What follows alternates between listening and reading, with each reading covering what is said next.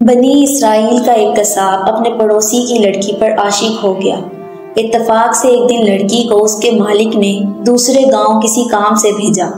قصاب کو موقع مل گیا اور وہ بھی اس لڑکی کے پیچھے ہو لیا۔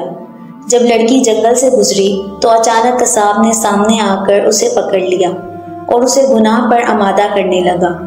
جب اس لڑکی نے دیکھا کہ اس قصاب کی نیت خراب ہے تو اس نے کہا، اے نوجوان، تو اس گناہ میں نہ پڑ۔ حقیقت یہ ہے کہ جتنا تو مجھ سے محبت کرتا ہے اس سے کئی زیادہ میں تیری محبت میں گرفتار ہوں، لیکن مجھے اپنے مالک حقیقی کا خوف ہے۔ اس گناہ کے ارتکاب سے رک جا۔ اس نیک سیرت اور خوف خدا رکھنے والی لڑکی کی زبان سے نکلے ہوئے یہ الفاظ تاثیر کا تیر بن کر اس قصاب کے دل میں پیوست ہو گیا، اور اس نے کہا، جب تو اللہ سے اس قدر ڈر رہی ہے تو میں اپنے پروردگار سے کیوں نہ ڈروں؟ میں بھی تو اسی مالک کا بندہ ہوں۔ جا، تو بے خوف ہو کر چلی جا۔ اتنا کہنے کے بعد اس قصاب نے اپنے گناہوں سے سچی توبہ کی اور واپس پلٹ گیا۔ راستے میں اسے شدید پیاس محسوس ہوئی، لیکن اس ویران جنگل میں کہیں پانی کا دور دور تک کوئی نام و نشان نہ تھا۔ قریب تھا کہ گرمی اور پیاس کی شدت سے اس کا دم نکل جاتا۔ اتنے میں اس زمانے کے نبی حضرت محمد صلی اللہ علیہ وآلہ وسلم کا ایک قاصد ملا۔ جب اس نے قصاب کی یہ حالت دیکھی تو پوچھا، تجھے کیا پریشانی ہے؟ کہا، مجھے سخت پیاس لگی ہے۔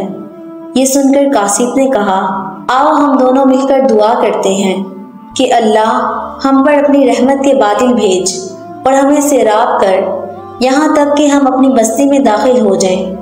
قصاب نے جب یہ سنا تو کہنے لگا، میرے پاس تو کوئی ایسا نیک عمل نہیں جس کا وسیلہ دے کر دعا کروں۔ آپ نیک شخص ہیں، آپ ہی دعا فرمائیں۔ اس قاصد نے کہا، میں دعا کرتا ہوں، تم آمین کہنا۔